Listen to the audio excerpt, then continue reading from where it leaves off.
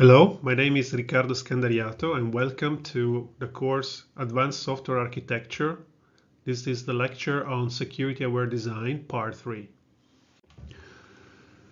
In this part, we will focus on how to choose countermeasures for your secure design. In particular, we will focus on tactics and design patterns. Countermeasures fall under one of the following categories. A countermeasure can be preventive, meaning that is meant and put in place in order to avoid incidents altogether, even before they occur. A typical example is having some form of access control in the system so that the attackers are kept outside. A second, and this is also considered the first line of defense of a system. A second line of defense is represented by reactive controls, reactive countermeasures. And these countermeasures are meant to identify, so detect and respond to incidents while they are occurring in a system. So for instance, you might detect in an attempt of an intrusion in your system by looking at anomalous activity, and as a consequence you might decide to lock down the network. And finally, the last line of defense, in case an incident has happened, you might want to have some countermeasure in place in order to restore the system to a previous known correct state. And these are the corrective countermeasures. So the point is, how do we choose the type of countermeasures that we have seen in the previous slide? Well, we have to consider something that is called risk. And risk is measured as a combination of two factors, impact and likelihood. Impact means how much an incident can harm a system in terms of value to the stakeholder that can be lost due to the attack. For instance, the fact that a certain asset, like a piece of information, is disclosed to the attackers and therefore it's lost. This is one side of the coin. The other side is the likelihood. So it's related to the attacker in a way. So the likelihood is a combination of two things. How hard is to mount the attack. This is often related to the nature of the vulnerability, for instance, or the design weakness that is exploited by the attacker. And the second component of likelihood is the motivation, how motivated and how skillful the attacker is. So as mentioned before, risk is a function that combines impact and likelihood in order to come up with an overall estimation of the risk associated to a threat. And there are several ways of computing this risk value. And in this slide, there is one example. So in this example, for instance, we might, let's consider the impact axis. So if you have a threat that has high impact to the organization, no matter what the likelihood value is, we might consider labeling these threats as high risk, so in red. On the other side of the impact spectrum, if the impact of a threat is low, we might consider labeling these threats as low risk, no matter what the likelihood value is. For medium assets, we might consider the likelihood as a way to differentiate the risk level of the threats. So if the likelihood is very high, we might go for a red risk label. And if the likelihood is very low, we might go for a green risk label. And for the in-between cases, we might label that as a medium risk threat. Once the risk levels of threats are known, we can use this risk assessment in order to select the type of treatment that we choose in our secure design. For instance, and again, this is just an illustration, but for instance, let's consider an asset that is related to threats that are of very high risk, so the red ones. In that case, we might decide to apply a secure design principle called multiple layers of security. And in this case, we will pick controls that are preventive as a first line of defense, and also some reactive controls as a second line of defense. And instead, in order to deal with threats that are of medium risk level, we might decide to stick to reactive controls only. And for other threats which have lower risk assessment level, we might decide to only pick corrective controls.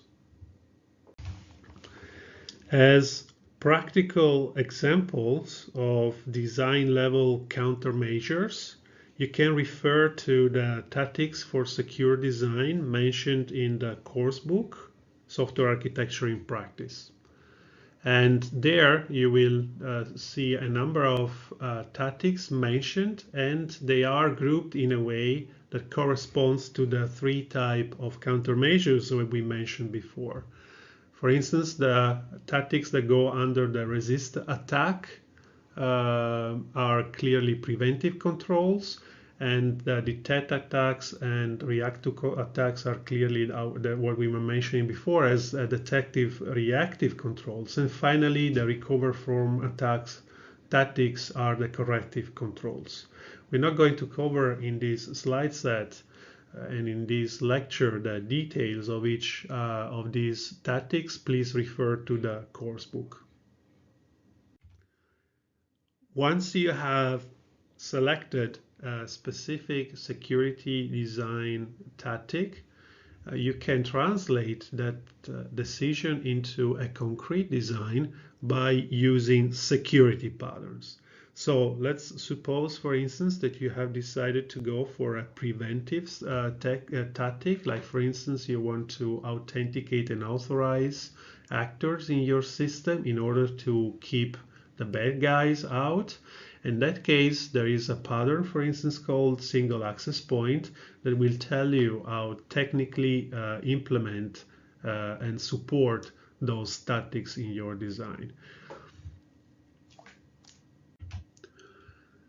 There are a number of good catalogs of security patterns, so design patterns that are specifically meant to be used in the context of secure design. And these catalogs are collected, for instance, in the books mentioned in this slide. But also there is a good catalog online with a large number of security patterns. So for instance, before we mentioned the single access point security pattern.